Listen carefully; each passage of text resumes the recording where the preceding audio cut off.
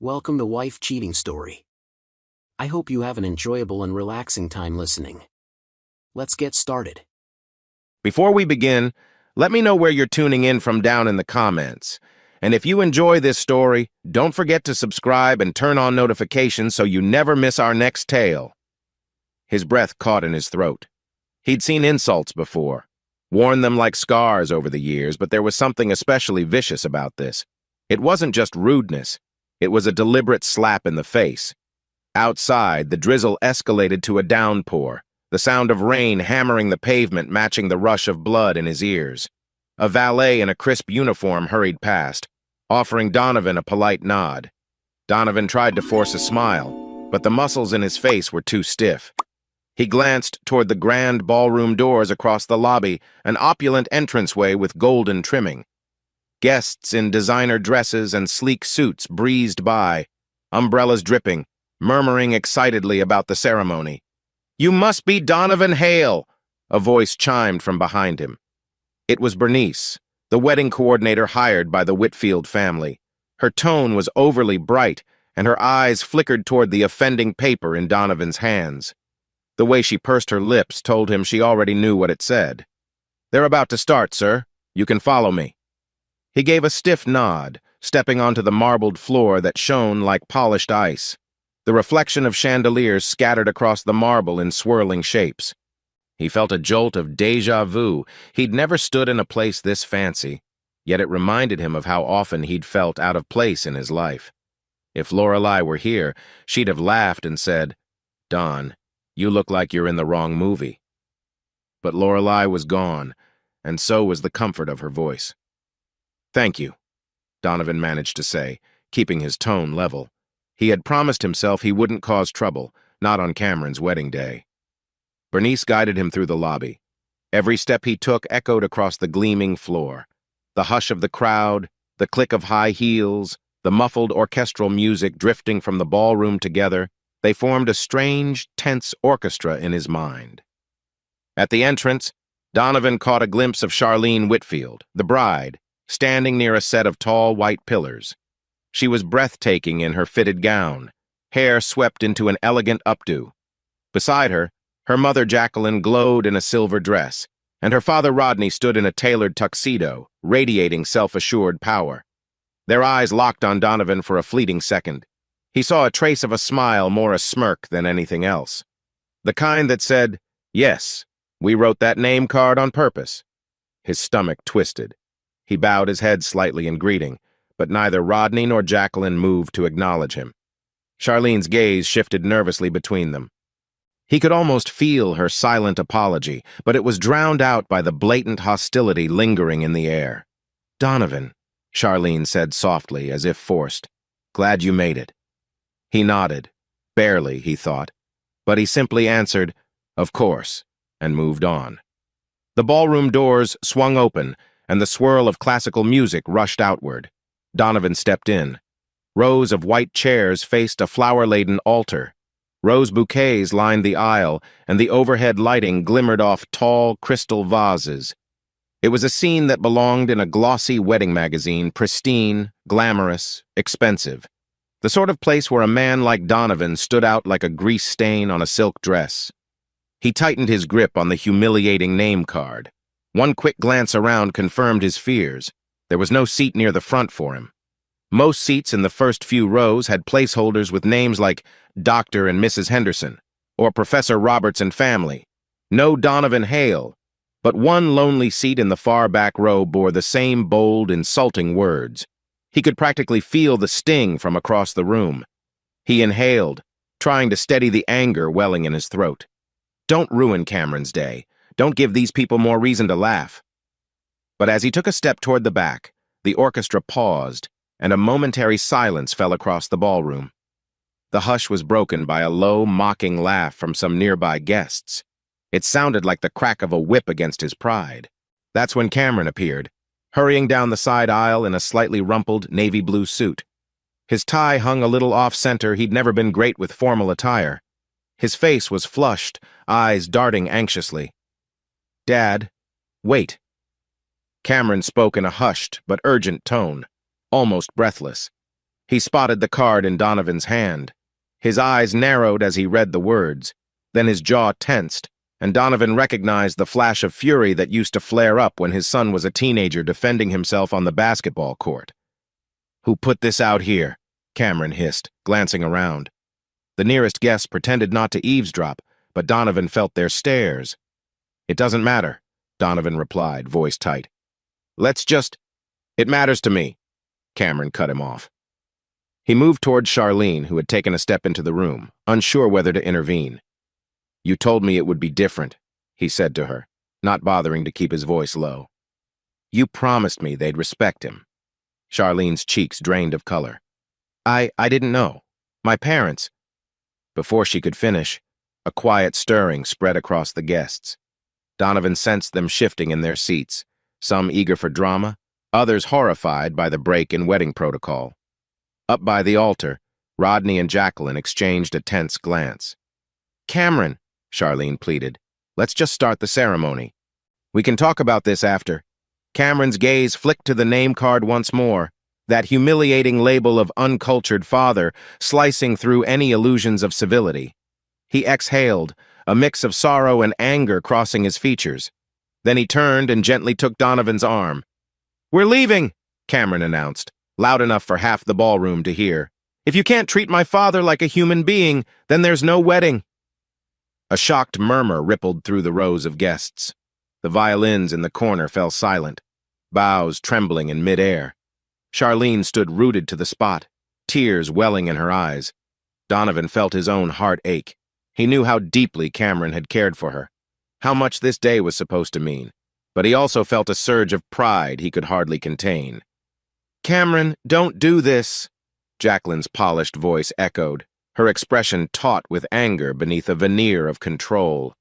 "You'll regret—" "The only thing I'd regret is letting you disrespect my father," Cameron shot back, voice quivering.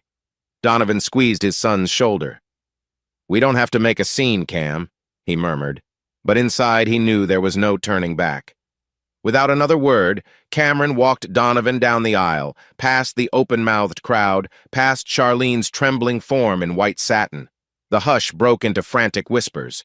A flashbulb went off, someone was snapping photos. Donovan felt the storm of scandal brewing, bigger than the literal rainstorm outside. They reached the hotel lobby in a swirl of high-end perfume and curious stares. Thunder rumbled overhead like an omen. Donovan glanced sideways at Cameron, who looked more resolute than ever despite the pain in his eyes. "Let's go home, Dad," Cameron said, voice raw. Donovan nodded, pushing open the heavy glass door. A gust of wind and rain slapped his face, but it was oddly refreshing, a baptism of truth after an evening of lies. Side by side, father and son strode out into the downpour, leaving behind a wedding that lay in ruins. From the moment Donovan Hale stepped into the ballroom, he felt a chill that had nothing to do with the air conditioning. A dozen chandeliers glittered overhead, reflecting in polished marble floors, while small clusters of wealthy guests chatted in hushed, elegant tones. Everywhere he looked, tuxedos and sequined gowns shimmered under the lights. This was the Whitfield family's domain, a kingdom of prestige and privilege. Trying his best not to stand out, Donovan slid along the aisle. The faint scent of hydrangeas and roses filled the air, battling with the perfume of well-dressed socialites. At the far end of the room, an ornate altar awaited the bride and groom. He couldn't help but notice the scowls from a few onlookers. Their eyes darted to the crumpled paper in his hand as though it were a scandalous secret. But it was no secret. The bold insult, "Uncultured father, please seat at the back," felt like it was stamped across his forehead. He glanced down at the place cards arranged on each chair in the first row, names of prominent city officials, CEOs, even a famous talk show host. No sign of Donovan Hale. Instead, at the very back row, he spotted that wretched label propped on a small seat, practically hidden behind a floral arrangement. A few guests recognized Donovan. Some had seen him at small gatherings Charlene had organized months before. They offered thin smiles or avoided eye contact altogether. He forced himself to breathe slowly, ignoring the swirl of classical music and the distant murmur of disapproving voices. "That's the father," one woman whispered, her diamond earrings catching the light. "I heard he never finished high school," murmured a second, fanning herself as though Donovan brought in a wave of heat. "Doesn't look like someone who'd belong here, does he?" a man added with a smug chuckle. Donovan's jaw tightened. He could handle gossip, he'd endured plenty of it in his life, but the disrespect toward Cameron was another matter. Still, he reminded himself that this day was supposed to be about his son's happiness, not about his own pride. His footsteps echoed loudly as he approached the back row. The seat card with those vicious words practically glowed under the chandelier's reflection. He reached out to pick it up, his fingers trembling. For a moment, he could only stare at it. A faint rustling behind him made him turn. There was Cameron, weaving through the rows of chairs in a near panic. He looked oddly misplaced in his tailored navy suit, hair slightly messy, tie askew. The second he saw the insult scrawled across the card, his face hardened. "Dad, who put that here?" Cameron demanded, voice low but intense. Donovan shook his head, avoiding the stares of two onlookers. "It's just some childish prank, Cam. Let it go." But Cameron couldn't let it go. His eyes flicked around until they landed on Charlene, standing near the altar with her mother Jacqueline, adjusting the long train of her wedding gown. The bride looked stunning in white, yet her posture was rigid, her expression tense. When Charlene met Cameron's glare, color drained from her cheeks. She immediately took a step forward as if to intervene. "Charlene!" Cameron called out, causing several guests to turn. "Did you see this?" He held the place card high enough for half the room to notice. Murmurs rippled through the crowd. Charlene hurried over, gathering the hem of her dress with trembling hands. "Cameron, I had no idea they labeled his seat like this, I swear." "Then who did?" Cameron's voice shook with barely contained rage. "Your parents? Some wedding planner on your behalf?" A hush fell over the immediate area. Donovan set the card on the chair, swallowing the sharp retort he wanted to make. He saw a flicker of shame cross Charlene's eyes. It was obvious she hadn't orchestrated the insult herself, but that didn't soothe Cameron's hurt. Before she could answer, Rodney Whitfield, imposing in his tailored tux, stepped into earshot, his wife Jacqueline at his elbow. Rodney surveyed the scene with ice-cold composure. "Is there a problem?" he asked, tone dripping with polite malice. "We're about to begin the ceremony, and all this fuss is hardly appropriate." Cameron turned on him. "Yes, there is a problem. My father just found a seat card calling him uncultured." "Don't you think that's insulting?" Jacqueline flicked her gaze to Donovan. "It must be some misunderstanding," she said smoothly, though the tightness in her features betrayed annoyance. "We had many place cards printed. Perhaps one of the staff made an error." The way she spat the word error made Donovan's stomach churn. Every bit of him wanted to speak up, but Cameron beat him to it. "Let me guess," Cameron said, voice trembling with anger. "This so-called error wouldn't have happened if you actually respected him." A nervous giggle erupted from a couple in the second row. Several others shifted uncomfortably, unsure whether to intervene or remain silent spectators. The wedding coordinator, Bernice, hovered nearby, her expression a mask of panic. Donovan placed a calming hand on Cameron's shoulder. "Son, it's fine. We don't need to make a scene." But inside, Donovan felt the sting. He recognized that distinct, old humiliation creeping in. "No," Cameron responded firmly, shrugging off his father's hand. "I'm not letting this slide.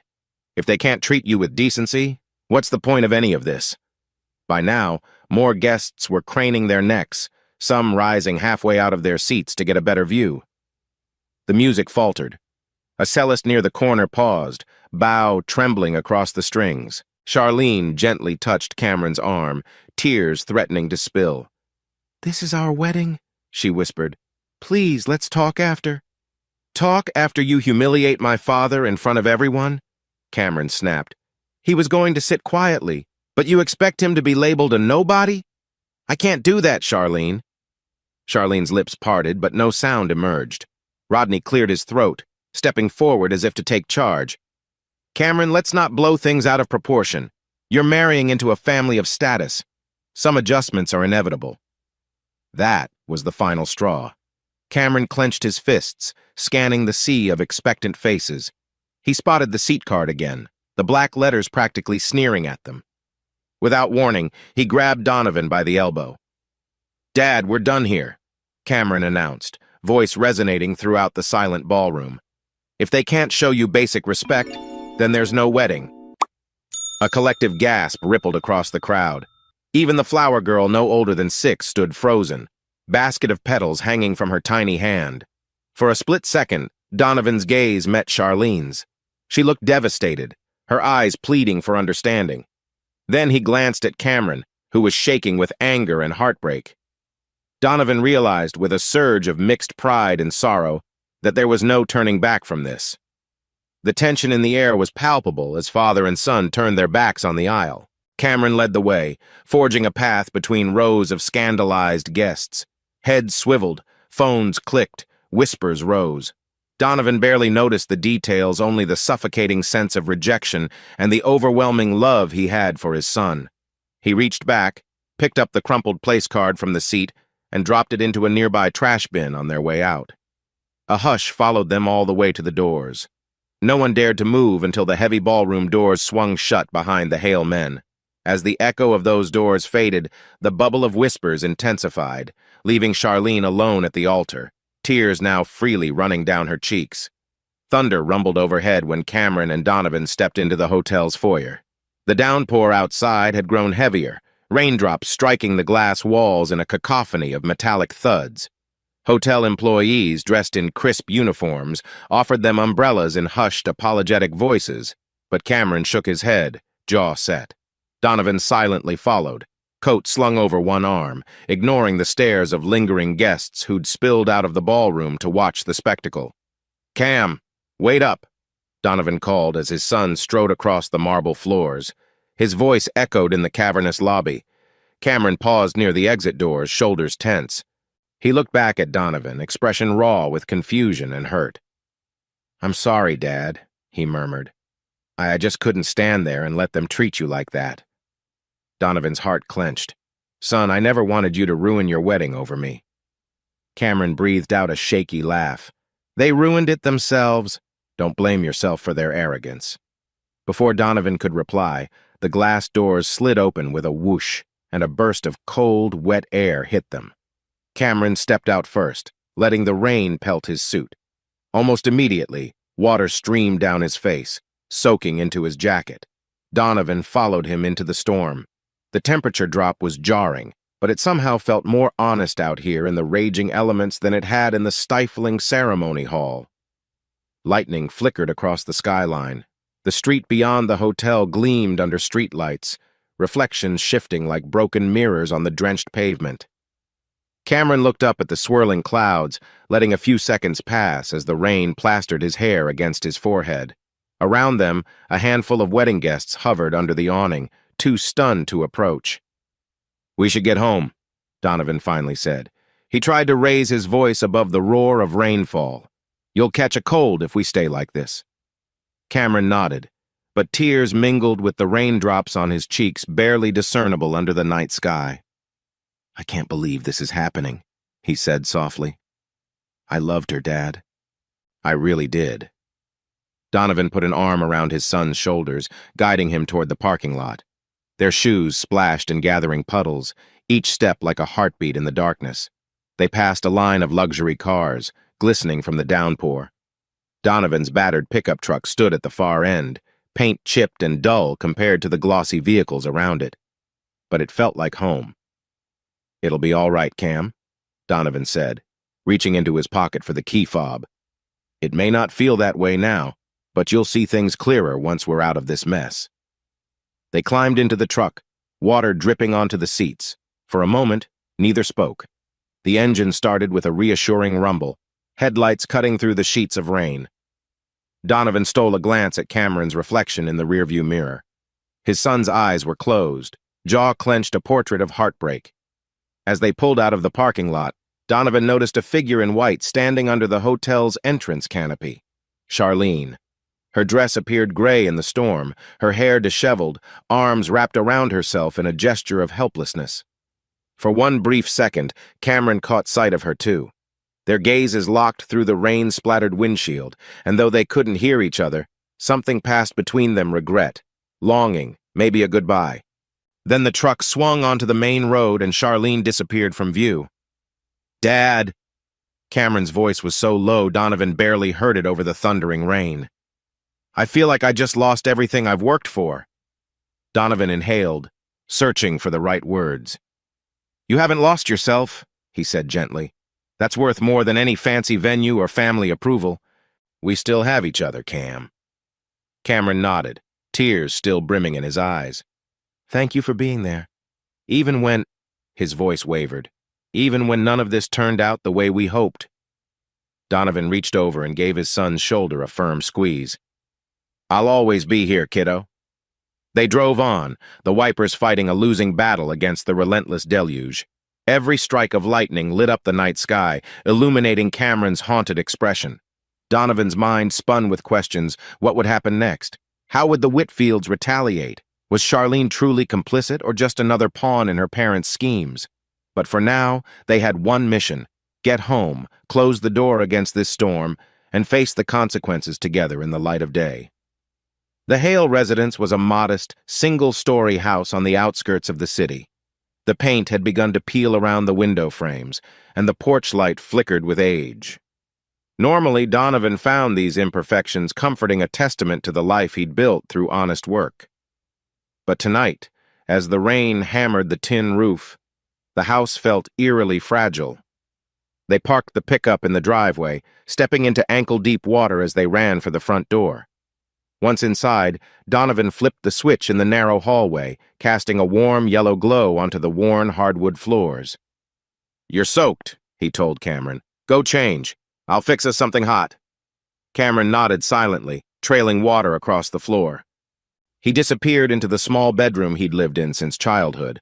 On the walls, Donovan knew there were still old photos pinned up. Cameron in a Little League uniform, Cameron at a science fair, Cameron at graduation. Moments that now felt a lifetime away.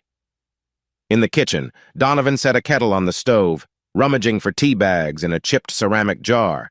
The rhythmic ticking of the ancient wall clock filled the silence. Thunder rumbled in the distance, less furious than before, as though the storm had released its worst. A few minutes later, Cameron reappeared in sweatpants and a faded t-shirt, hair still damp. He settled at the small round table, the overhead light highlighting the dark circles under his eyes. Donovan poured 2 mugs of tea, handing one to his son. "Thanks," Cameron murmured. He wrapped his hands around the mug, inhaling the steam. "I keep thinking this is some awful dream, but I know it's real." Donovan took the seat across from him. "Listen, I wish your mother was here. She'd know exactly what to say." He paused, feeling a familiar ache in his chest. Lorelei used to plan for this day, the wedding. She wanted it to be perfect: flowers, music, everything. Cameron stared into his mug. "I remember how she used to say I'd grow up and find someone who loved me for who I was. Guess I messed that up." "No." Donovan's tone was firm. "You did what was right. Respect is the bare minimum, Cam. The Whitfields crossed a line no parent should ever allow. You stood up for me and for yourself." Rain drummed softly against the windows, providing a steady beat to their conversation. Cameron took a sip of tea, eyes glistening. "Do you think Charlene knew?" he asked, voice trembling. "About that name card?" Donovan hesitated. "I can't be sure. She looked shocked back there. Maybe she was clueless, maybe not. But one thing's certain: her parents wanted to humiliate us." Cameron's breath shuddered. "Dad, tomorrow the rumors, social media, everything's gonna blow up in our faces. The groom who walked out. The father who didn't belong. I don't know how to handle this." Donovan's gaze drifted to a small photograph on the fridge. A younger Cameron perched on his shoulder, both of them grinning ear to ear. "We handle it the same way we've handled everything else, Hedden. We'll talk about it, face the consequences. We don't hide." For a moment, they sat in silence. A car passed by on the street, headlights briefly illuminating the living room through the thin curtains. The mood was heavy with exhaustion and heartbreak, yet beneath it, there was a flicker of resolve. "You know the Whitfields won't stay quiet," Cameron said eventually. "Rodney will do damage control.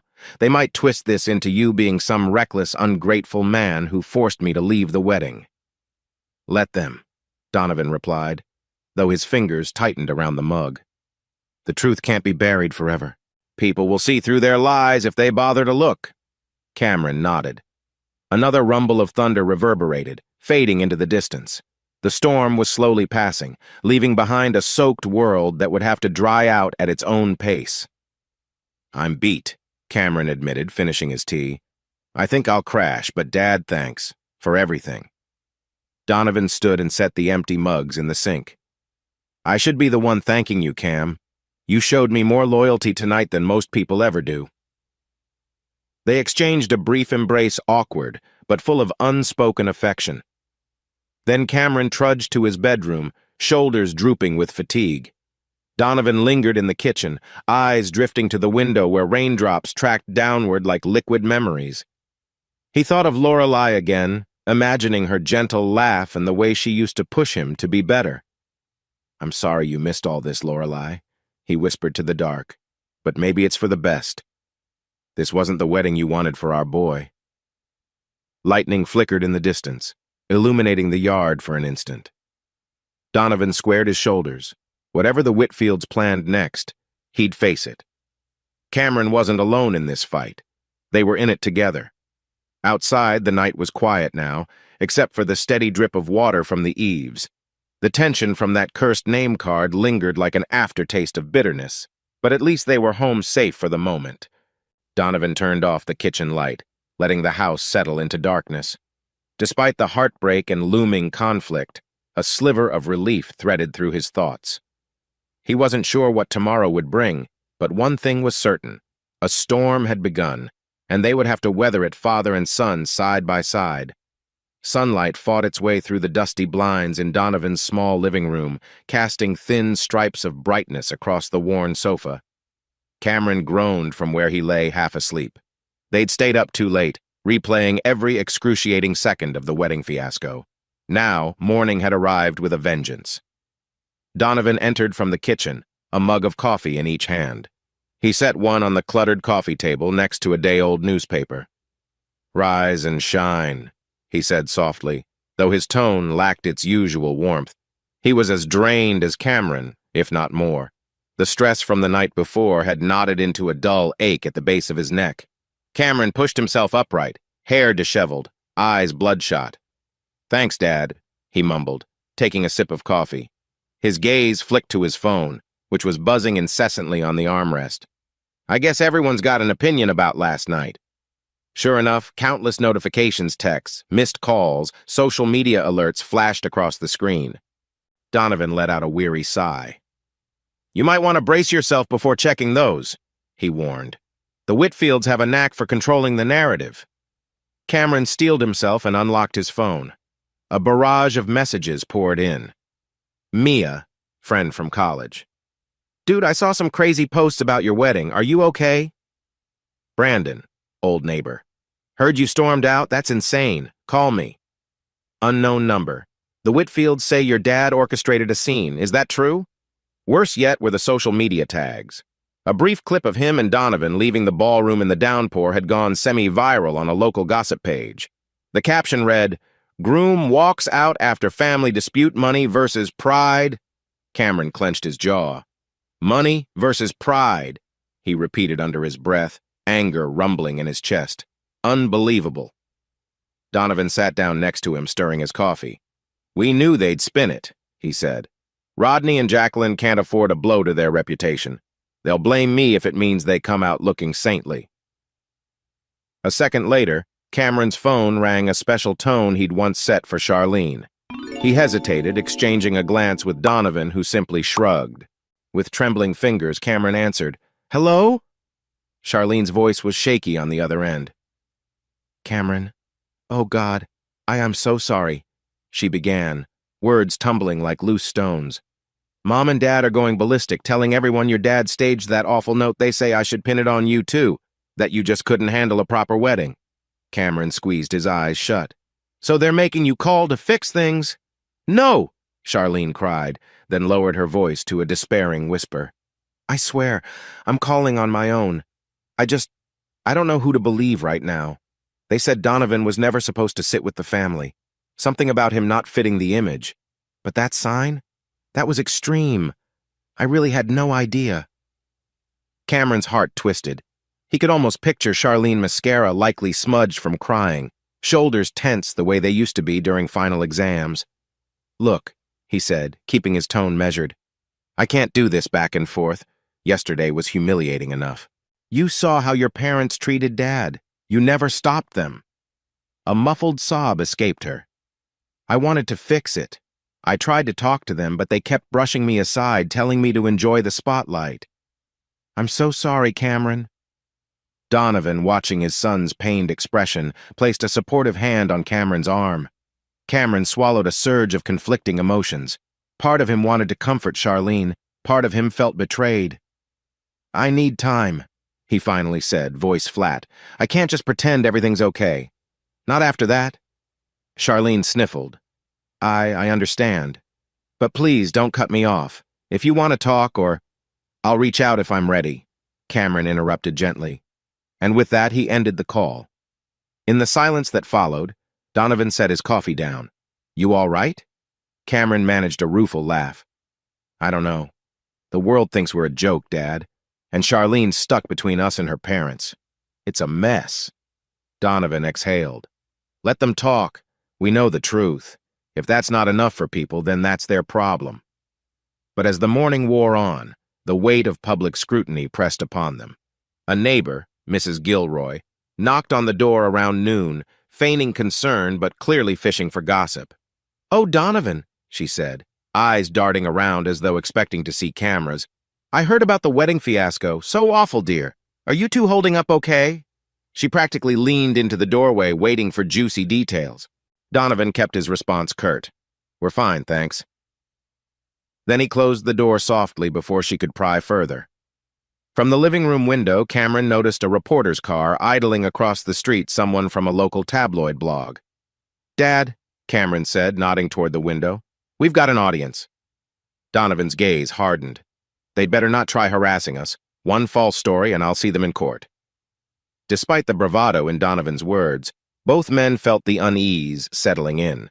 The Whitfields had money, connections, a curated public image. Donovan and Cameron had each other, and that was it. For now, anyway. Later that afternoon, Donovan retreated into his cramped bedroom. The storm outside had vanished, replaced by a pale sky. Sunbeams glinted through a single window, illuminating the dust motes swirling around the old wooden desk. He booted up his ancient laptop, an old model that hummed loudly, as though complaining about its workload. He typed a familiar website address into the browser, heart thudding. It was a secure portal for checking stocks, investments, and other financial assets. A swirl of guilt and apprehension twisted in his gut. He'd never told Cameron about the shares in Whitfield Industries. "Hell," he muttered under his breath. "I barely told anyone." A flashback pulled him into a different time years ago, when Lorelei had just passed. He was younger, face-lined not with age but with grief. His days at the auto repair shop barely paid the bills. Late one evening, while Cameron slept, Donovan had stumbled onto a free financial workshop at the community center. He remembered the rickety folding chair beneath him, the flickering fluorescent lights overhead. A volunteer financial advisor had said something about putting aside whatever you can manage, even if it's just a few dollars at a time. Over years, it grows. Desperate for a future that wouldn't drown Cameron in poverty, Donovan started small. He scrimped and saved, every spare cent going toward stocks, one of which happened to be Whitfield Industries, back when its shares were cheap and the company was still forging its name in manufacturing. Over time, as Whitfield soared in value, so did Donovan's holdings. He'd kept it quiet. Too many people might assume he was lucky or claim he'd gotten insider tips. In truth, it was a combination of naive hope and a bit of fortune. Back in the present, Donovan opened his investment portfolio. The stark lines and numbers glowed on the laptop screen. His holdings in Whitfield Industries were still substantial enough that if he sold them now, it could send a ripple of alarm through the market, especially if rumors of a corporate scandal gained traction. He sighed, rubbing his temples. The memory of last night's humiliation at that wedding flickered through his mind. "Uncultured father, please seat at the back." They treat me like dirt, he muttered. Yet here I am, partially invested in their empire. A knock at the door startled him. Cameron poked his head in. Dad? Everything okay?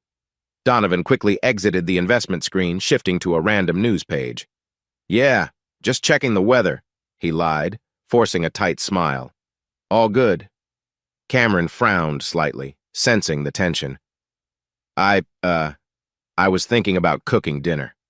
Maybe just some spaghetti or something easy? You hungry?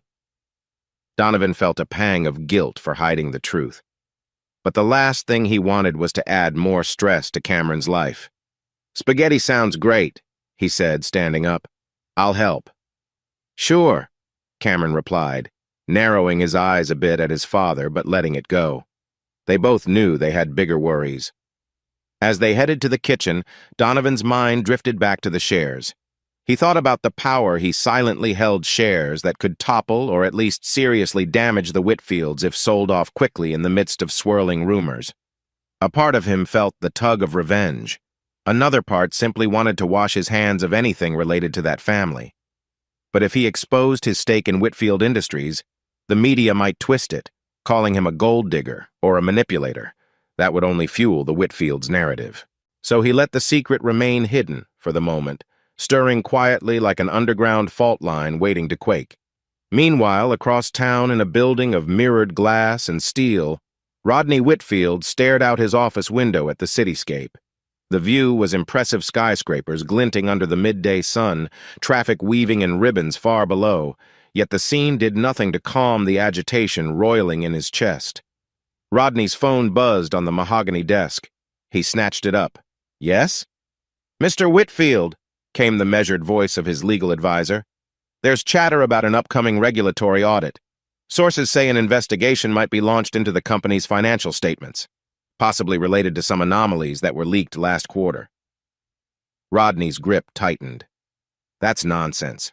I've run this business with precision. If there were any anomalies, they're inconsequential. Understood, sir.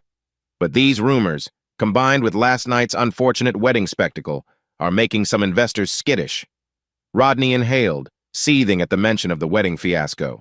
He still pictured the moment Cameron Hale stormed out, dragging Donovan with him, humiliating the entire Whitfield family in front of high society. If there was one thing Rodney despised more than scandal, it was scandal that showed up on social media in the blink of an eye. Put out a statement, Rodney ordered. Say that personal matters have no bearing on Whitfield Industries. Emphasize our financial stability. Don't mention the wedding or that worthless father, Donovan, by name. We'll handle this in-house. He ended the call and swiveled in his chair to face an enormous painting of his father, the original Whitfield patriarch. As if the stern gaze of the painting scolded him, Rodney muttered under his breath, I won't let a couple of nobodies tarnish what we built. Just then, Jacqueline entered, closing the office door behind her with a soft click. She wore an impeccably tailored skirt suit, pearls glinting at her neck. Despite her poised appearance, annoyance rippled in her voice. Rodney, the board members are whispering about an emergency meeting. They're worried about the meltdown last night going viral. Let them worry, Rodney replied, forcing an air of calm. We have to stand firm. That wedding fiasco was Donovan Hale's doing, not ours. Jacqueline's lips pursed. Speaking of which, Charlene is in hysterics at home. She claims she had no clue about that insulting place card. She's threatening to move out if we keep meddling in her relationship with Cameron. Rodney waved a dismissive hand. She'll cool off. Charlene knows which side her bread is buttered on. Once she sees Cameron for the spineless boy he is, she'll come to her senses.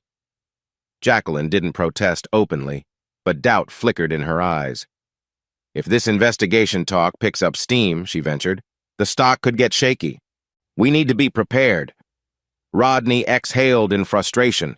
He was well aware that if investors began selling off shares en masse, the company's market valuation could tumble. And if that father of the groom turned out to have some stake, the very idea made him grind his teeth. Just keep the board calm, he instructed, and keep a muzzle on that fiasco from last night. We will not go down because of Donovan Hale. Back at the Hale home, Cameron spent the late afternoon scrolling through job boards on his laptop, trying to distract himself from the endless wedding commentary flooding his phone. He'd once been proud to talk about how he was marrying into the Whitfield name, internally seeing it as a fast lane to better opportunities. Now, that name felt like a curse. I need to move forward, he told himself, eyes scanning a listing for a local auto repair shop needing an extra pair of hands. Dad always said to stand on my own feet. He clicked apply without overthinking, emailing his resume. Overqualified or not, he needed stability right now. A beep from his phone drew his attention.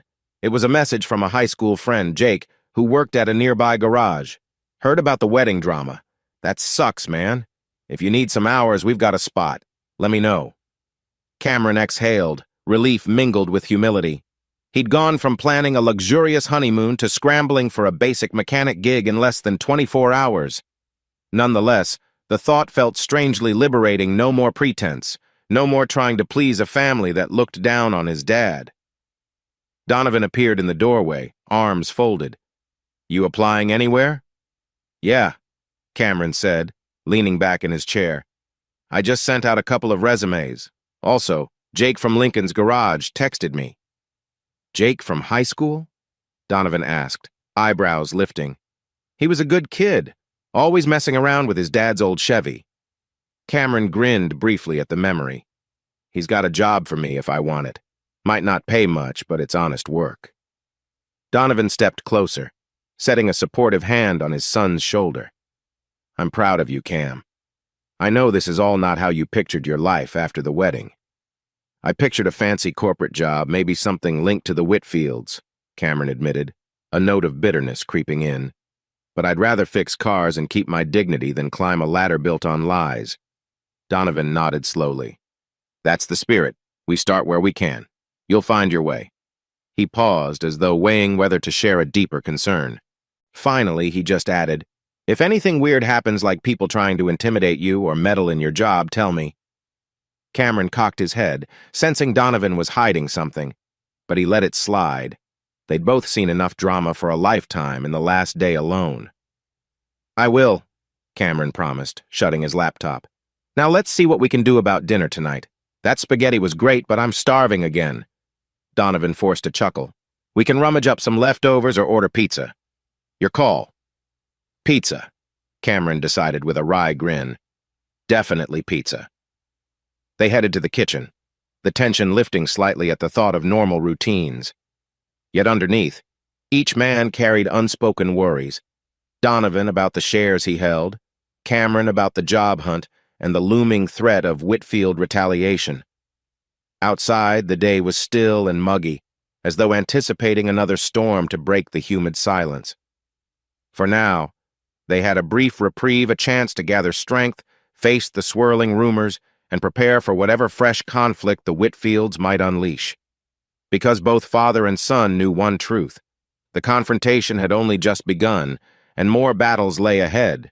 A faint glow from the street lamp filtered through the thin curtains in Donovan's cramped bedroom. Outside, the suburban street lay silent. No passing cars, no barking dogs. It was well past midnight, yet Donovan couldn't sleep. He sat hunched over his ancient laptop, fingers drumming restlessly on its plastic casing. On the desk nearby lay an old photograph. Lorelei, smiling bright, one arm around a much younger Cameron. Donovan's gaze flicked to the picture every so often, a silent reminder of everything he'd once hoped for his family. But the memories of the wedding fiasco, the humiliating name card, the smirks, the judgmental stares echoed in his mind like a haunting refrain.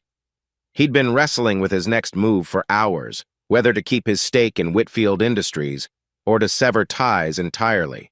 A part of him hated that place so much, he just wanted to wash his hands of it. Another part, more pragmatic, worried about the financial ripple effect. Those shares had grown into a substantial safety net. Yet the condescending laughter from the Whitfields still pounded like a drum in his memory. Uncultured, father, please seat at the back. Donovan stared at that black text on his phone's screen, a photo he'd snapped of the insulting place card for evidence. Anger flared in his chest, and he clicked into the trading platform. "I owe them nothing," he muttered, eyes dark with resolve. He typed in his login credentials, heart hammering. The portfolio page loaded slowly. This old laptop had a habit of freezing at the worst moments. Finally, the numbers appeared, an array of digits that, up until recently, had felt like a quiet victory. Years of small investments, guided by the memory of Lorelei urging him to provide the best for Cameron. Donovan hovered over the sell option, jaw tightening. Am I doing this out of revenge? He wondered. Or is it self-preservation? A swirl of images assaulted him. Rodney Whitfield sneering from across a lavish banquet table. Jacqueline's cold, polite smile that never reached her eyes. Charlene's ambivalence as her parents humiliated him publicly. He closed his eyes, drew in a breath, and made his choice. With a series of rapid keystrokes, he initiated the sale, all of it. Every share, every fraction. The final confirmation pop-up flashed on the screen like a countdown. He clicked confirm. For a moment, he just stared at the monitor, the transaction message blinking in an unassuming font. That was it. Decades of hold and grow, gone in a single calculated action. A calm washed over him, as though the weight of those shares no longer pressed on his shoulders. Let them see how it feels, a small voice in his mind said. He exhaled slowly, rubbed his eyes, and glanced at Lorelei's photo. I'm sorry, he whispered, voice choked with emotion. I couldn't stomach them anymore. I hope you'd understand. Shutting the laptop, he quietly left the bedroom. In the living room, Cameron dozed on the couch amid scattered job applications and leftover pizza boxes. Donovan tiptoed closer to tuck a blanket over his son. He deserves better, Donovan thought. Better than the Whitfield scorn. There was no telling how the market would react by morning. No telling how the Whitfields would spin it if word got out that Donovan Hale, an alleged nobody, held enough shares to shake confidence in the company.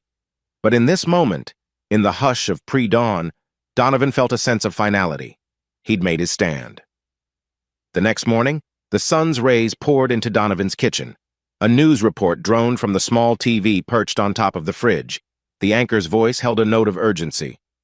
Major sell-off of Whitfield Industries stock in after-hours trading. Sources indicate a large block of shares was suddenly liquidated, sparking rumors of internal turmoil. The company's officials have yet to comment. Cameron, half-dressed for an early shift at Lincoln's garage, froze mid-bite of his cereal. Dad, he called, you should hear this. Donovan walked in, tension creeping into his shoulders. He feigned ignorance, taking the TV remote. What's going on? He asked, though he already knew. The unexpected sale has triggered speculation about possible financial irregularities within Whitfield Industries, the anchor continued. We're awaiting official statements, but the stock price is down nearly 8% in pre-market trading. Cameron turned to his father with wide eyes. That's a big deal, Dad. Did something happen inside the company that we don't know about? Donovan swallowed, forcing a neutral expression. Not sure. Maybe they've got skeletons in the closet. That family's been flirting with trouble for a while. Cameron gave him a long, appraising look, but decided not to push. I guess I shouldn't be surprised, he murmured. Rodney's the type who'd step on anyone to protect his reputation. Maybe investors are catching on. Donovan nodded, changing the channel to avoid further speculation. His chest was tight, adrenaline thrumming. Selling had been one step, but the fallout was already louder than he'd expected.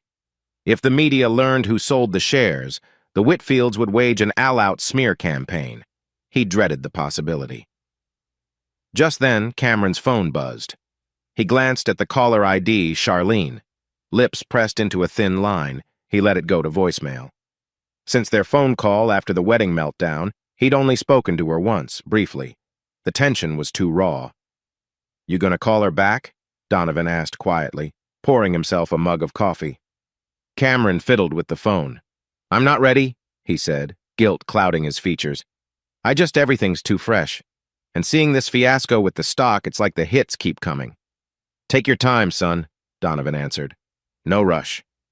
Outside, the day looked deceptively peaceful, sunlit sidewalks, a few neighbors walking dogs, but inside the Hale household, a sense of dread hung in the air. Donovan felt it too, That uneasy question.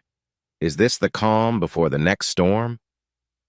Late that afternoon, Cameron had just finished a 5-hour shift at Lincoln's garage.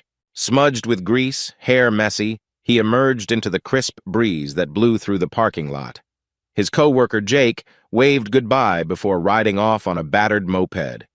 Cameron was unlocking his old sedan when a sleek black SUV rolled up. The tinted window lowered to reveal Charlene, eyes re-rimmed. She looked both desperate and determined. "Cam!" she called out, stepping out of the vehicle. Her feet sank into the gritty pavement, stiletto heels ill-suited for the garage environment. "Please, we need to talk." Weariness crushed Cameron's initial impulse to drive away. Instead, he sighed and leaned against his car door. "What do you want, Charlene?" he asked, keeping his tone guarded. She took a tentative step closer. "I've been calling you, leaving messages. I can't do this silent treatment anymore. My parents are freaking out about the stock fiasco, and they're blaming your father for spreading rumors. I don't know what to believe." Cameron's frustration bristled. "My dad had nothing to do with their shady finances. If there's a meltdown happening, maybe Rodney should look in the mirror."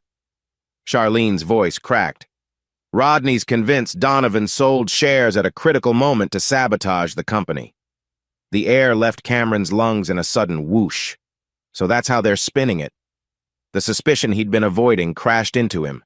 He set his jaw, forcing composure. "Even if Dad did hold shares, it's his right to sell them.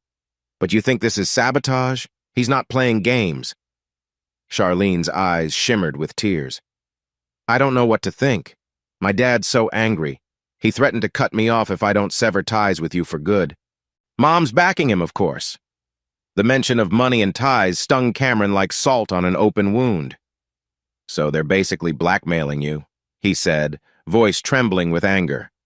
"That's your family's version of love?" She flinched. "Cameron, it's not that simple.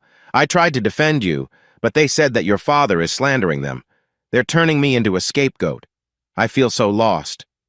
He stared at her, memories flashing her shy smile when they first met, the countless evenings planning a future that now felt like a bad joke. "You let them insult my dad," he said softly but firmly. "You watched them do it and never spoke up until it was too late. Can you honestly say you've done everything to defend us?" Charlene's gaze flickered. I tried," she whispered. "But maybe not enough. I was too afraid of losing everything." A heavy silence fell between them, punctuated only by the distant clang of tools from inside the garage. At last, Cameron shook his head, sadness etched into every line of his face. "It's over," he declared. "I'm done with your family's manipulations, and I'm done trying to fix what they broke." A shaky sob escaped Charlene's lips. She reached out as if to touch his arm, but he stepped back, heart twisting. "Goodbye," he said, voice raw. "I hope you figure out who you are without them dictating your every move." She lingered, tears streaming, but eventually turned and climbed back into the SUV. The engine revved, and then she was gone. Cameron stood there for a moment, chest tight, fighting a swirl of sorrow and relief. No going back now. The next morning dawned with a cool, crisp sky. Cameron woke to the hum of traffic outside and the distant bark of a neighbor's dog. He brewed a pot of coffee in the cramped kitchen, noticing Donovan wasn't around, likely off running errands. A note on the table read, "Went to check on an old friend's truck. Be back soon. Dad." Determined not to wallow, Cameron decided to keep busy. He rummaged through a pile of mail, sorted bills, and even did a quick cleanup of the living room. The place smelled faintly of coffee grounds and old carpet, but it was home. Around mid-morning, he grabbed his jacket and headed out. The autumn air nipped at his cheeks as he drove into town. He needed a few supplies for the car he'd been tinkering with, an ancient sedan that coughed and sputtered whenever he accelerated too fast. His destination was a local auto parts store. Alvin's Auto Supply, a modest shop with sun-faded posters on the windows. A bell chimed overhead when he entered. He inhaled the familiar scent of rubber, engine oil, and dusty shelves. "Morning, can I help you find something?" came a cheerful female voice from behind the counter. Cameron glanced up and froze. He recognized the face vaguely from a chance encounter weeks ago. She had warm brown eyes and a friendly smile that crinkled the corners. Lauren Reed, her name tag said. She wore the store's standard polo shirt, streaked with a tiny smear of grease near the collar. Even so, she looked effortlessly comfortable in the environment. "Yeah, actually," Cameron said, clearing his throat. "Looking for a set of spark plugs for a 2005 Civic. Also might need a new air filter." Lauren's eyes lit up. "Sure thing. You want the platinum tipped or just the standard ones?" Standard's fine," Cameron replied, impressed by her quick knowledge. She motioned for him to follow her down an aisle stacked with countless boxes. "Civic, right? Should be in row C." She led him to a shelf labeled Import Cars and ran her fingers across the boxes with practiced efficiency. "Here we go," she said, handing him a small package. "And an air filter for the same model. You do the work yourself?" Cameron shrugged. "Trying to. I'm a mechanic at Lincoln's garage, but still learning the ropes, you know?" Lauren's smile broadened. "Nice. That's a decent place. They're honest, which is more than I can say for some shops around here." They shared a laugh.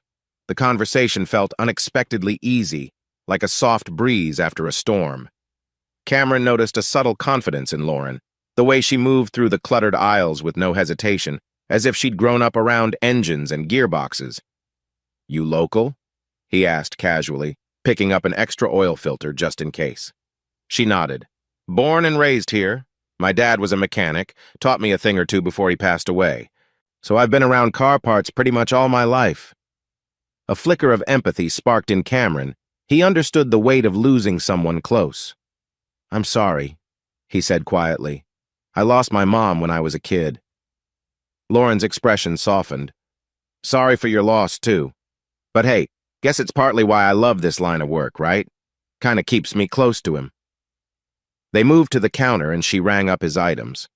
For a moment, the outside world, the wedding drama, the corporate chaos faded away, replaced by the simple act of two people connecting over common interests.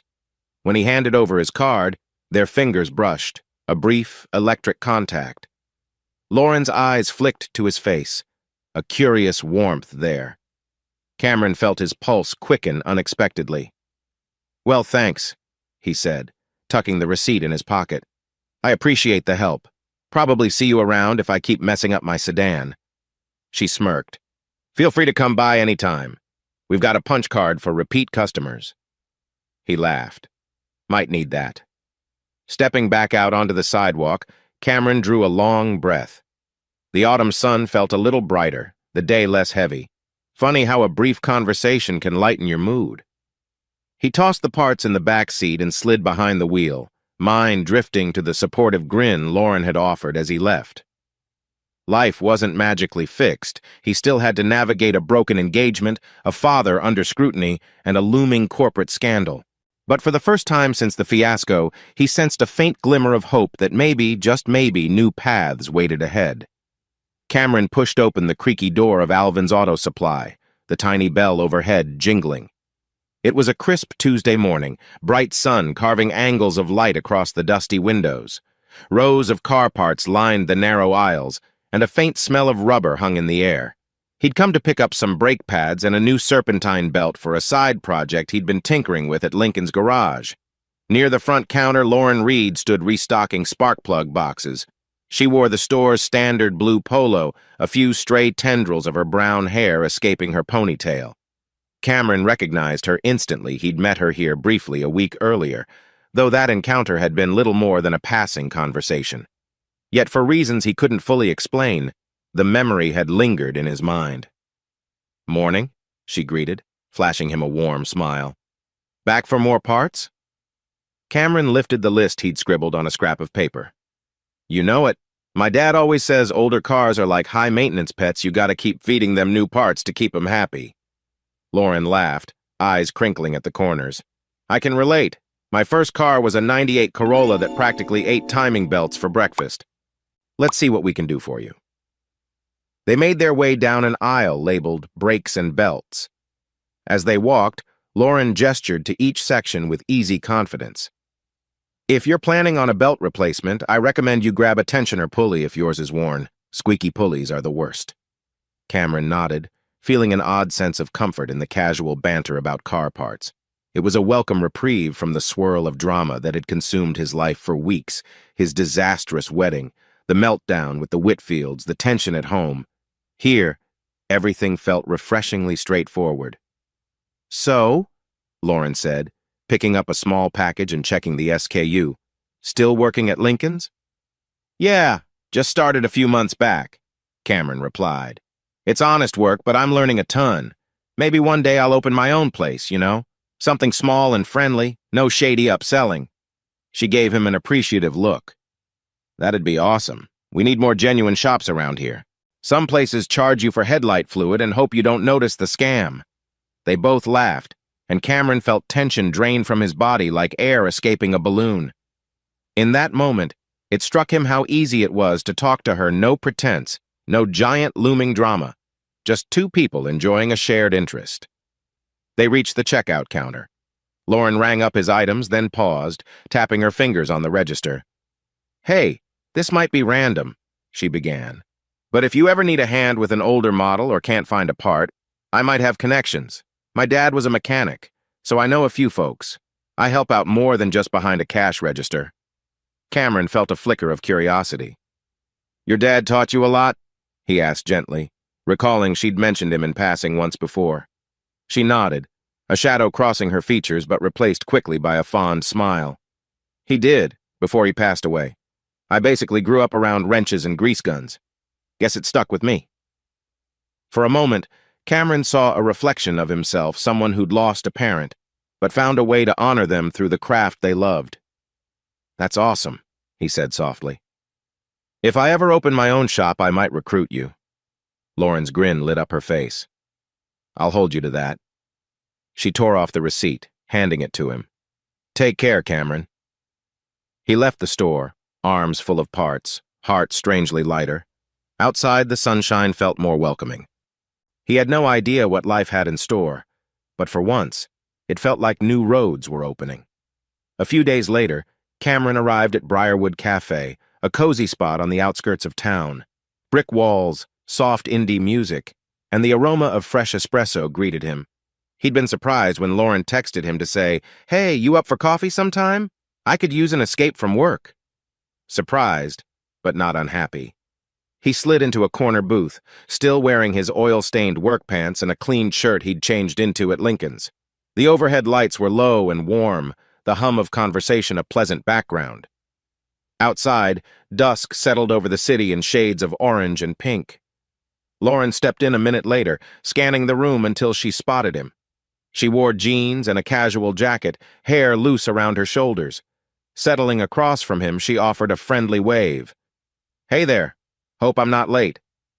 "Not at all," Cameron answered. "I got here a bit early. Figured I'd snag the best booth."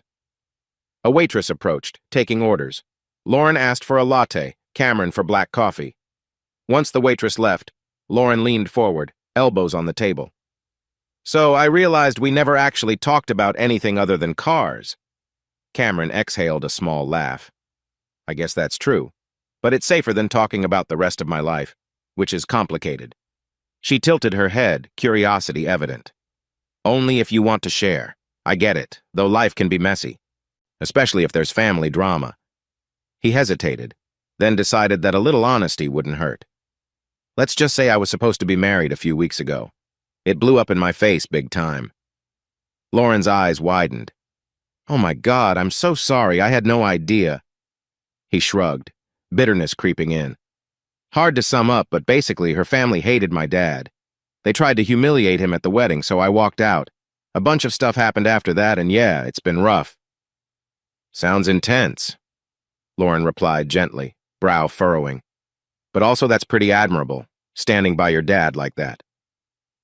Cameron felt a wave of relief that she wasn't prying for gossip, just listening. "Thanks. My dad's all I've had for a long time. Couldn't let them trash him."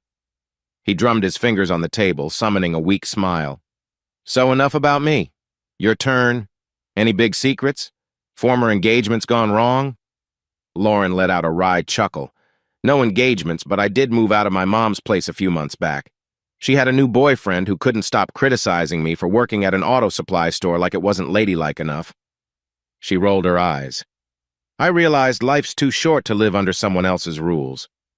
They sipped their drinks, sharing random anecdotes about childhood, favorite foods, and future hopes. At one point, Lauren reached across the table to tap Cameron's hand. I'm really glad we did this, she said. Feels nice to connect outside of engine talk. Cameron found himself smiling more than he had in weeks. The tension he normally carried in his chest loosened, replaced by cautious warmth. Me too, he admitted softly. They stayed until the cafe began flipping chairs onto tables, politely hinting at closing time. As they stepped out onto the sidewalk, the air held a slight chill, the faint smell of wet concrete after an earlier drizzle. I can walk you to your car, Cameron offered, glancing around the dimly lit parking lot. Lauren nodded, tucking her hair behind her ear. Sure, thanks. It's that little truck over there. She pointed to an older model pickup. Kinda ancient, but it runs. That's basically me, Cameron teased. Kinda ancient, but I run. She laughed, and for a moment, he wondered if they were crossing the line from acquaintances to something more. The subtle spark in her eyes made his pulse flutter. He wasn't sure if he was ready for more, but maybe the path to healing could start with small steps like this. Late one Saturday afternoon, Donovan stood in front of his modest home, surveying the fresh coat of paint he'd managed to apply to the porch railings. They were now a cheery shade of off-white, a stark contrast to the peeling paint from before. The wind carried the faint smell of drying paint and freshly cut grass. He ran a hand over the smooth wood, feeling an odd sense of accomplishment. Selling those Whitfield shares might have been a gamble, but it gave me enough to clear some debts and fix up the place. A swirl of gratitude and lingering anxiety churned in his gut. He might have rid himself of the corporate noose, but that didn't mean the Whitfields would stay silent. Stepping inside, Donovan was greeted by the scent of home cooking. He'd recently started enjoying a bit of free time, no longer obsessing over daily stock fluctuations. In the kitchen, a battered photograph of Lorelei stood framed on the windowsill. She was laughing in that picture, hair whipped by a summer breeze. You'd like this new paint, hun, he said softly, as if Lorelei could hear him. Cameron's doing okay, too. He seems lighter these days. Truthfully, it relieved Donovan to see Cameron smile more often, even if it was just subtle. He suspected it had something to do with a certain young woman at the auto parts store. Cameron hadn't said much, but a father can sense these things. He set a pot of water to boil for spaghetti, humming under his breath. Outside, the late afternoon sun cast golden streaks across the faded living room couch. Donovan's mind drifted to the rumors swirling around Whitfield Industries. A co-worker from the old days had hinted that Rodney was furious, convinced Donovan was behind some malicious plot. Still, no direct threat had materialized. Maybe they're too busy dealing with the financial fallout, Donovan mused. Yet a quiet concern gnawed at him. People like Rodney Whitfield rarely let go. They might wait for the perfect moment to strike. Donovan sighed, stirring the pot with methodical slowness. Let them come, he thought. I won't back down. For now, though, life was unexpectedly peaceful. He was almost reluctant to enjoy it like the calm before the storm. But if Lorelei's memory had taught him anything, it was to cherish the small victories while they lasted. Across town, on the upper floor of Whitfield Tower, pandemonium reigned. Rodney and Jacqueline paced the length of a plush conference room. Outside, the skyline glowed with the last rays of a setting sun, but inside, the atmosphere was anything but tranquil. Spread across the sleek glass table were grim spreadsheets, analyst notes, and half-finished coffee cups. Rodney slammed a folder onto the table, face flushed with anger. Our stock is plummeting again. Another wave of sell-offs this morning. The press is feasting on rumors of financial irregularities, some so-called second set of books. Jacqueline pursed her lips, her usual veneer of elegance cracking at the edges. You promised the board we'd handle this quietly. Now half of them want an official investigation. This is catastrophic, Rodney. A cluster of their senior managers sat stiffly, exchanging nervous glances. None dared to speak freely. They knew Rodney's temper too well. The hush was broken only by the hum of the air conditioning. Finally, one manager spoke up, voice trembling. Sir, If we don't come clean about the questionable ledgers, the regulators will bury us. We need transparency like yesterday. Rodney's glare could have frozen lava. Transparency? That's exactly how we lose control. This company was built on strong, decisive leadership. We can't unravel everything because of a little accounting slip. Jacqueline, tell them. Jacqueline folded her arms, swallowing hard. We're exploring solutions, she said stiffly. But certain leaks are fueling the media's suspicions. Our PR team is working overtime to discredit the rumors. The manager shrank under Rodney's glare.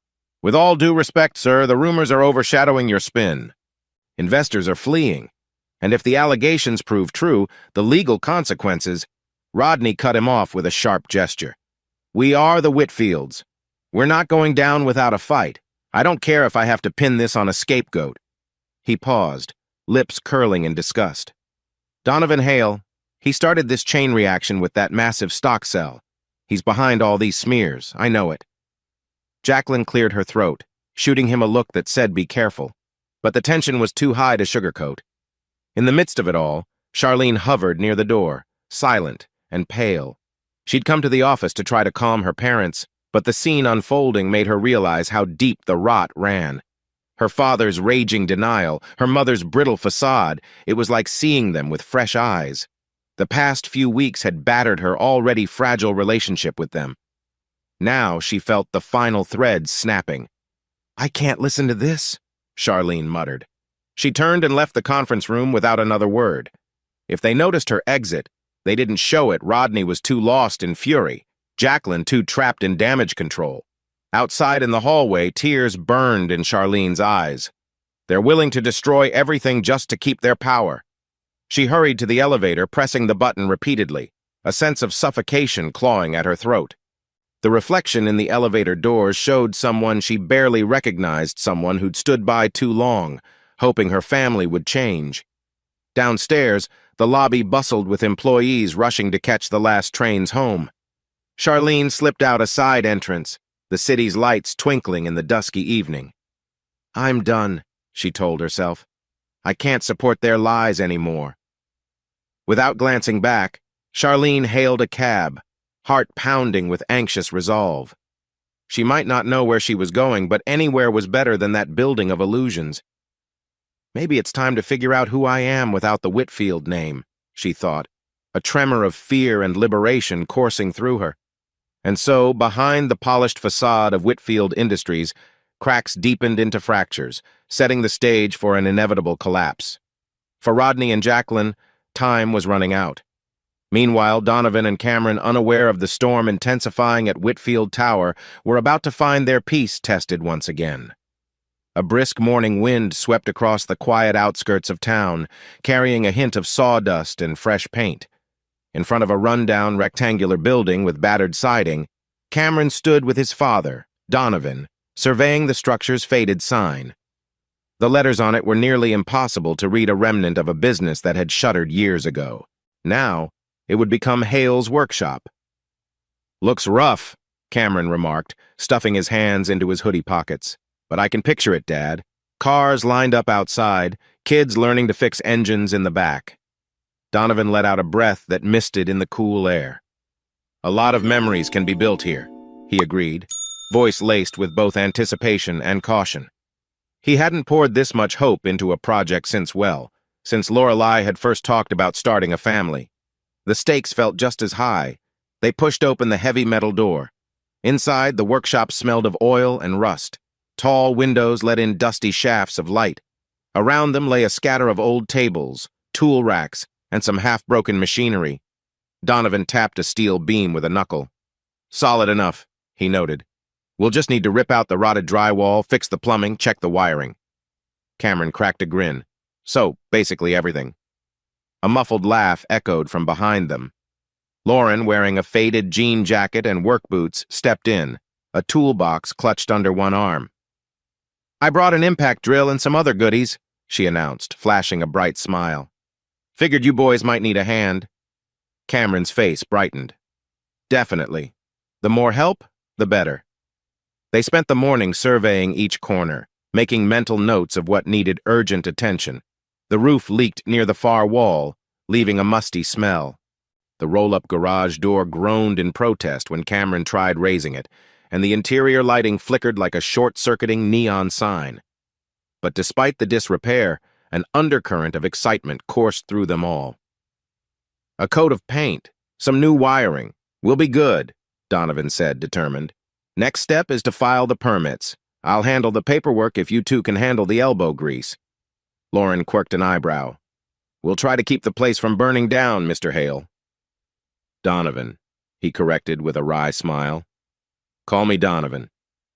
They set to work, the scrape of sandpaper and the buzz of drills filling the space with hopeful noise. By midday, they'd pried off sections of rotted drywall along one wall, revealing the building's sturdy wooden frame. Cameron found an old door that could be repurposed for an office, while Lauren tackled the stubborn overhead lights. Late afternoon sunbeams slanted through the windows as Donovan stepped back to admire the initial progress.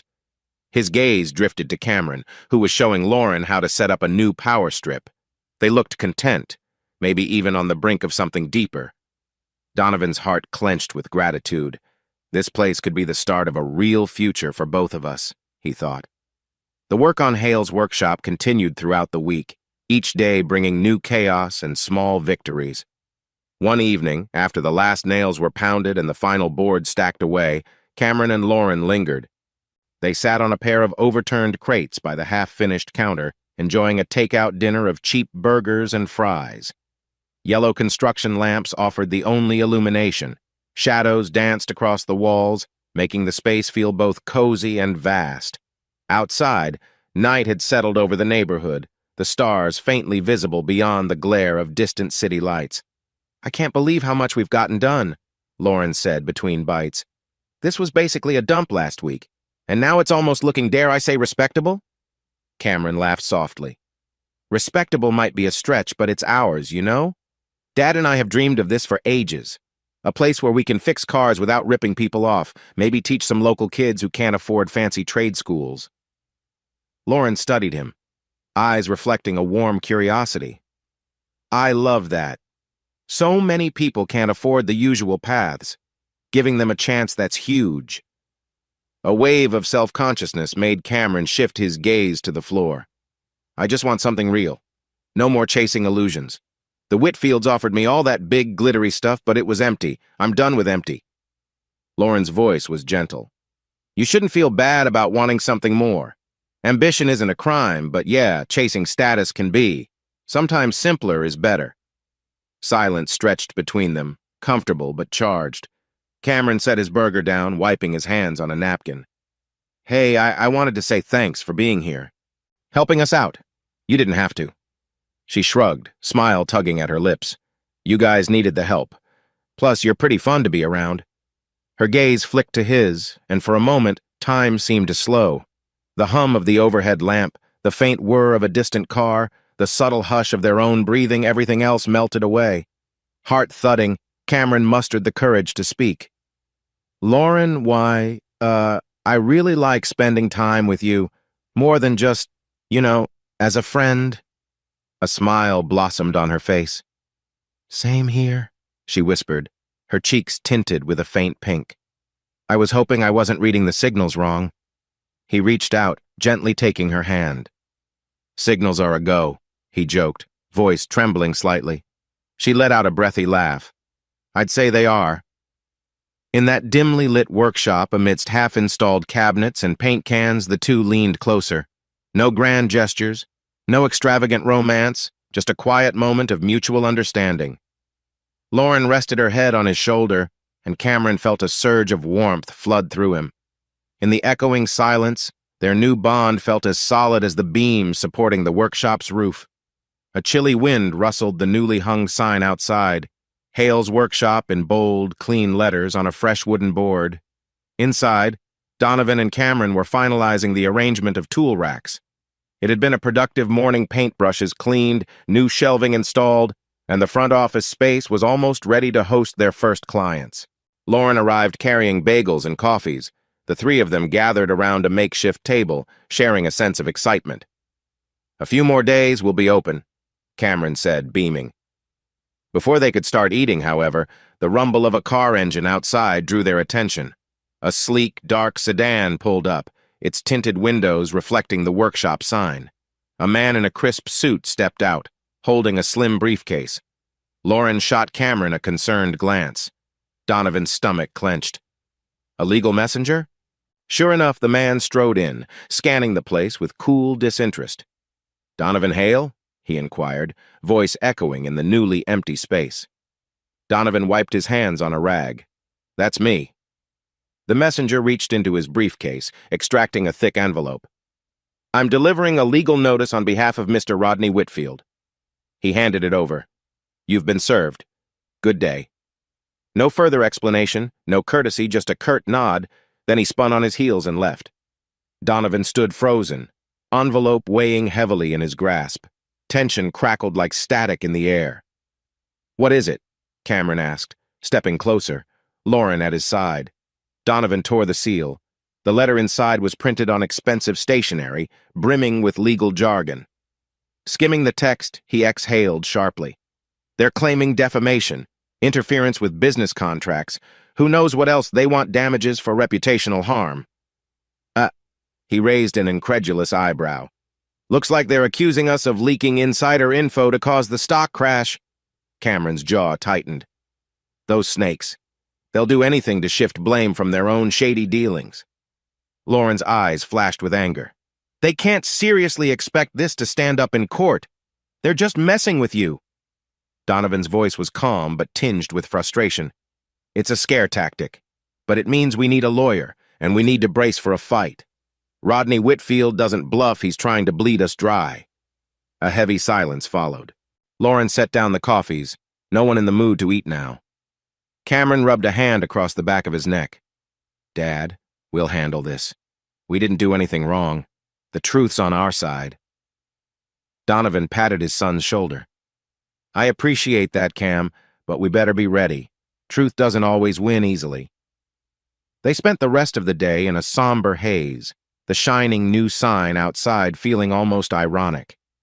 Instead of celebrating their near-complete workshop, they huddled around a laptop in the corner, searching for a reliable attorney.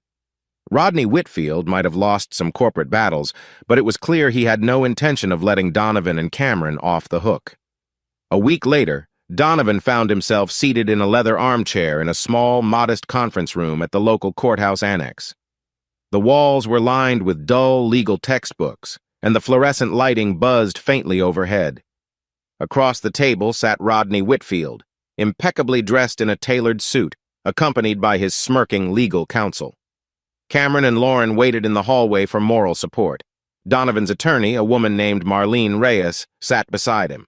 She was sharp-eyed and calm, flipping through the neatly organized papers in her binder. Rodney cleared his throat. "I'm here as a courtesy to propose an out-of-court settlement," he began with clipped formality. "We can avoid the spectacle of a trial if you agree to pay damages and publicly retract your defamatory statements against Whitfield Industries." Donovan's expression remained steady.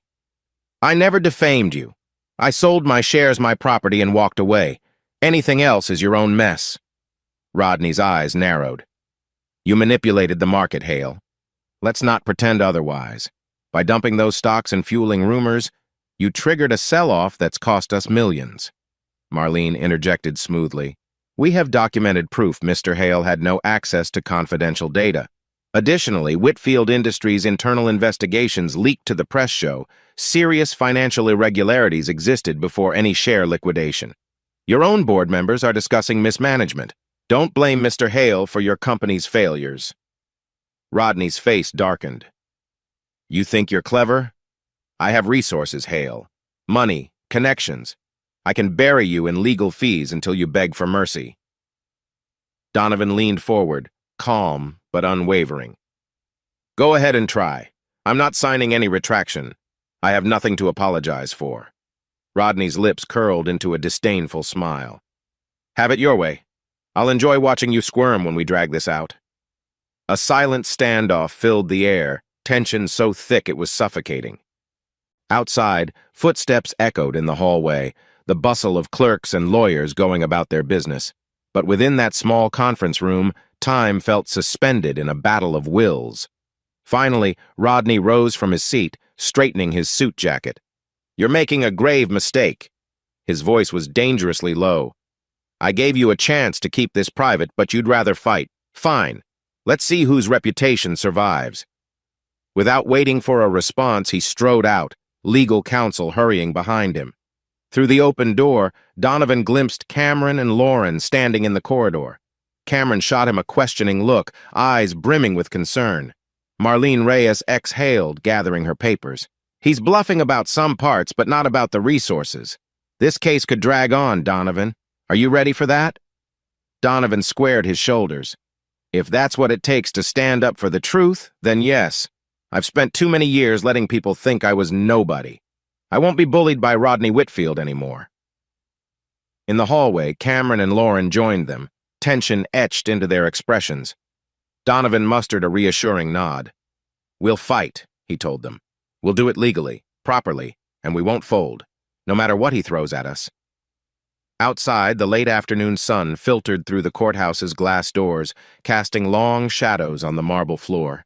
Together they walked out, the weight of impending legal battles hanging in the air like a storm cloud. But even storms could be weathered. And as Donovan stepped onto the city sidewalk with Cameron and Lauren by his side, he felt a flicker of hope. They had their workshop, their determination, and each other. If Rodney wanted a war, they would give him one armed not just with facts, but with a unity the Whitfields could never buy. A crisp morning light filtered through the tall windows of the local courthouse. Cameras flashed outside as reporters jostled for position, the sound of their excited chatter leaking into the hallways. Inside a packed courtroom, Rodney Whitfield sat at the defense table, jaw clenched tight. Next to him, Jacqueline stared straight ahead, her composure cracking at the edges. Rows of spectators and journalists had gathered for what the press dubbed the Whitfield Reckoning. The prosecution had laid out pages of evidence, gleaned from leaked documents and whistleblower testimonies. For months, rumors of false accounting and embezzlement had swirled around Whitfield Industries. Now the final blow arrived in the form of sealed records that a judge ordered unsealed. "Your Honor," the state's attorney declared, her voice resonating in the silent courtroom. "These documents confirm that the Whitfields knowingly misrepresented earnings, siphoned investor funds, and falsified ledgers to maintain a facade of corporate success." Rodney kept his lips pressed in a firm line, refusing to look anywhere but forward. He was no longer the regal chairman in a custom suit commanding boardrooms. He seemed smaller somehow, as though the weight of undeniable proof was physically bearing down on him. Jacqueline shifted in her seat, eyes darting to her husband's profile. She looked pale, as though the downfall of their empire was draining the color from her face. In the gallery, Donovan Hale observed quietly. He was here not as a direct party to the criminal proceedings, but as a witness to the final unraveling. Next to him sat Cameron, equally spellbound by the drama unfolding. Behind them, a few reporters recognized Donovan as the lowly mechanic, once rumored to have triggered Whitfield's collapse by selling shares. Their whispers were hushed but carried a sharp intrigue. That's the man who stood up to Rodney Whitfield. "We find," the judge intoned after reviewing the final statements, "sufficient grounds to proceed with charges, including financial fraud, conspiracy, and obstruction of justice." A hush swept the courtroom, soon replaced by a collective rustle as people leaned forward, wanting every detail. Rodney's nostrils flared in quiet rage. Jacqueline's composure cracked fully. She leaned her face into her hands, silent tears marking the final blow to a reputation she'd guarded zealously for years. Even Charlene, who sat in the back row, separate from her parents, couldn't tear her eyes away. This was the empire she'd grown up in, built on illusions and carefully crafted lies, and now it shattered under the relentless hammer of truth. When the session adjourned, cameras swarmed. Rodney and Jacqueline left through a side exit, avoiding the scathing questions from reporters. A statement from Whitfield Industries' interim board revealed the company's stock had plummeted once more, near worthless. The brand Whitfield was now synonymous with scandal. In the corridor, Donovan and Cameron stood side by side. They hadn't come to gloat, simply to see the end of the story that had so violently collided with their own lives. Donovan exhaled a breath he felt he'd been holding for months. Guess the world knows the truth now, he murmured, voice tinged with relief and sorrow at the same time. Cameron nodded, placing a hand on his father's shoulder. We can finally move on, Dad. A small, exhausted smile tugged at his lips. They can't hurt us anymore. The following afternoon, warm sunshine poured across the blacktop outside Hale's workshop. Cars rumbled by on the nearby road, and a mild breeze carried the faint scent of motor oil and newly mown grass. Inside, Cameron fiddled with an old torque wrench, trying to restore its springs. The radio played a soft rock tune that echoed through the spacious shop. He heard the creak of the main door opening and glanced up. Charlene stood there, shoulders slumped, hair pulled back in a loose ponytail. Her face bore traces of fatigue and heartbreak. She wore a simple cardigan over jeans, a far cry from the elegant dresses she used to prefer. Cameron set the wrench down, every muscle tensing. "Charlene," he said quietly, swallowing the impulse to show anger or pity. She managed a weak smile. "Mind if I come in?" He nodded, stepping aside so she could walk through the half-finished front office. Outside the workshop's windows, the sun cast stripes of light on the concrete floor. "I heard about the court hearing," Cameron began, leading her further in. "Is everything okay?" It was a question laced with irony. He knew things were anything but okay. Charlene let out a shaky breath. "My parents they're done. The company's in shambles. They'll probably face prison time or at least massive fines. I've moved out of our family home." Her voice wobbled, and for a moment, the echo of that once confident young woman stuttered into heartbreak. Cameron felt a twist of sympathy. "I'm sorry," he said, keeping his tone gentle. Despite all that had happened, he wouldn't rejoice in her pain. "But you did what was right. You broke away. That took courage." She nodded, tears glistening in her eyes. "I came to say I'm sorry for everything, Cam. For how I let them humiliate your father. For standing by while they attacked you. I was too scared to speak up." Her sorrow weighed in the air. Once they'd nearly become husband and wife, two people planning a future. Now they were like strangers wading through the wreckage of a broken past. Charlene clasped her hands nervously. "I never lied about loving you," she whispered, voice catching. "But I let my family control too much. If I could turn back time—" Cameron shook his head softly. "We can't go backward. Life doesn't work like that." He paused, compassion stirring. "But I do forgive you, Charlene. I used to be so angry, but that weight's gone. I've found my own path now." Relief flickered across her face. "Thank you," she murmured, tears slipping free. "That means more than you know." They stood in silence, the dusty air of the workshop swirling around them. A faint thud outside indicated someone in the back unloading parts, likely Lauren or Donovan. Charlene wiped her cheeks, pulling a deep breath. "So this is your place," she said, glancing around. "You and your dad really did it, opened your own shop." Cameron smiled, pride lighting his features. "Yeah, it's still a work in progress, but it's ours.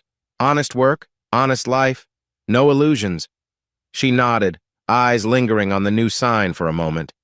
"I'm going to figure out who I am without the Whitfield name. I just wanted you to know I'm sorry. I hope you have a good life, Cameron." He extended a gentle hand, giving her a brief, friendly squeeze on the shoulder. "You too, Charlene. Find your peace.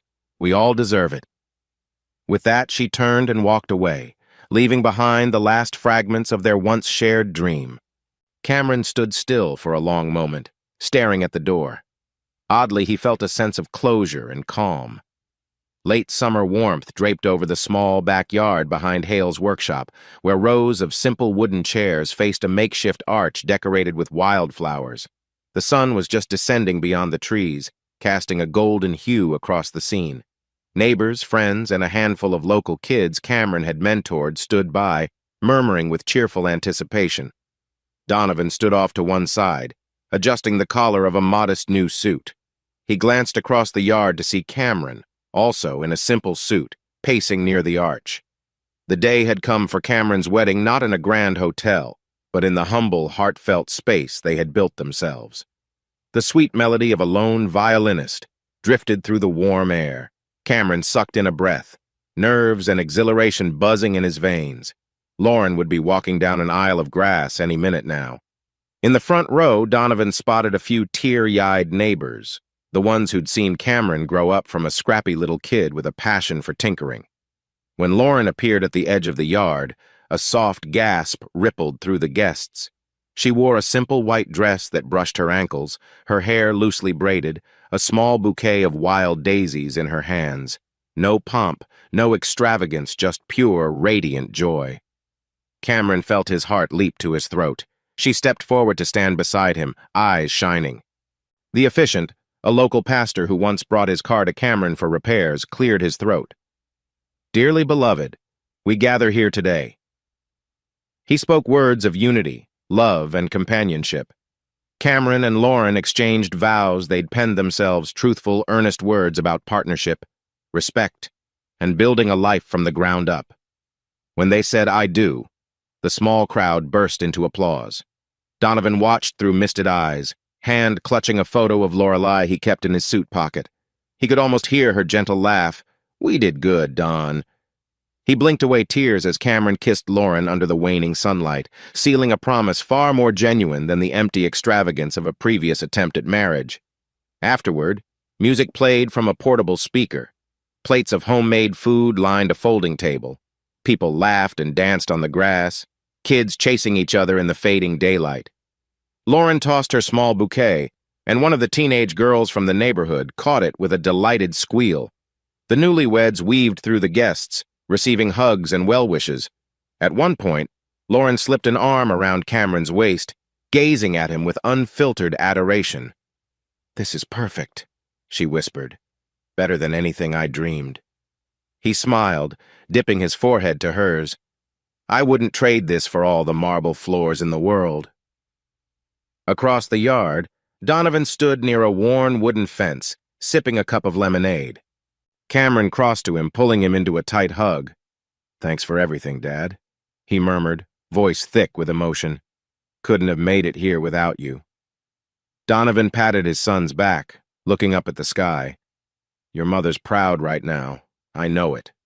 A tear traced down his cheek, but he smiled through it. "Congratulations, Cameron." A few weeks later, dusk settled over the little house on Maple Lane, where Donovan and Cameron once weathered every storm. Now, it was quieter. Cameron had moved in with Lauren, though they still spent plenty of time at Hale's workshop. Donovan emerged onto the porch with a gentle sigh. The wooden boards creaked under his weight, a familiar tune to his ears. He eased into an old rocking chair, the sky awash in oranges and purples as the sun dipped below the horizon. Crickets began their nightly chorus, mingling with the distant hum of traffic.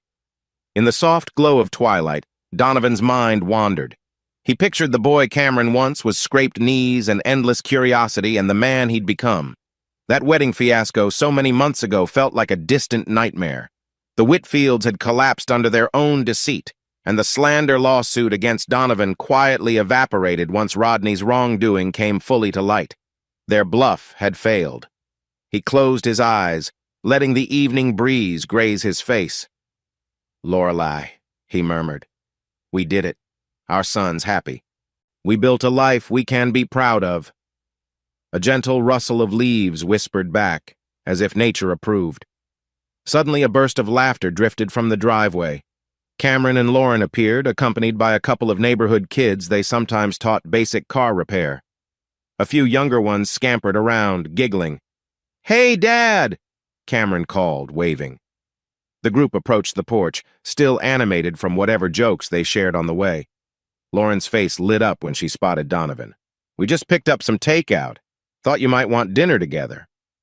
Donovan's smile deepened, heart warmed by the simple invitation. "Sure, that'd be nice," he replied. Cameron ushered the kids inside for an impromptu dinner, but Donovan lingered on the porch for one last moment. He glanced out at the quiet street, headlights flickering in the growing dark. The silhouettes of trees swayed gently, and for the first time in a very long time, Donovan felt an unshakable serenity. In the distance, he could hear the murmur of conversation from inside the house, Cameron and Lauren's cheerful voices, the children's excited exclamations. The faint clatter of utensils hinted at a cozy meal waiting. Donovan rocked in the old chair, letting out a contented sigh. "Life goes on," he whispered to himself, voice carrying the soft ring of relief. The Whitfields were a chapter closed, their power dissolved by their own misdeeds. Cameron stood on a foundation of honest labor and love, forging a new family with Lauren.